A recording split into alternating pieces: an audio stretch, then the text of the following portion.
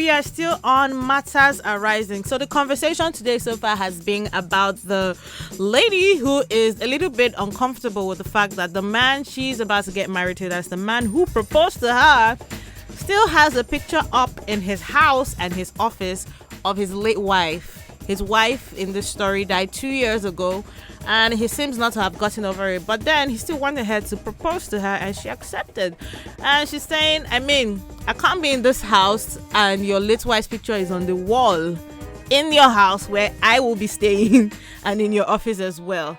But all I know is that when it comes to you lose a loved one, a partner for that matter, and you're ready to take in another partner, you should be able to consider that thing that they said, for better for worse, until death do us part, that death has actually put us under.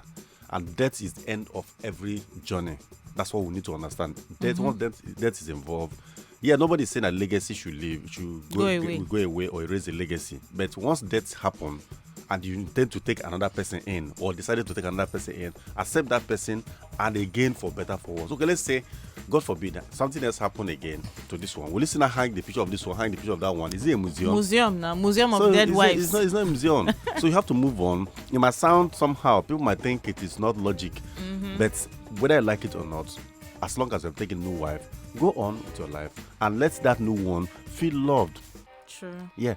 If that adage that says that if the one that is alive is not behaving well, you remember the one that is gone. That's what you're bringing to the bear to the person, telling her that you're not as essential, you're not as important as this one that has gone. This one will continue to be in my heart forever and ever. This is now marriage we talk about. True. You don't understand. I have a first-hand experience of this in my own home. In my own home, this is a story that my sister is not ashamed to tell. Her husband was married first before his late wife. There's nothing to be ashamed about. No, she died, and then after a couple of years, the man decided to remarry. He remarried, right? I didn't even know that the pictures were still in the house. I was just cleaning one day, and I saw the picture. Actually, my sister arranged the pictures neatly by the corner. It was just there in the living room. Not hanging. It's in the living room. So I mean, it's tough enough, it's harder. I understand the man's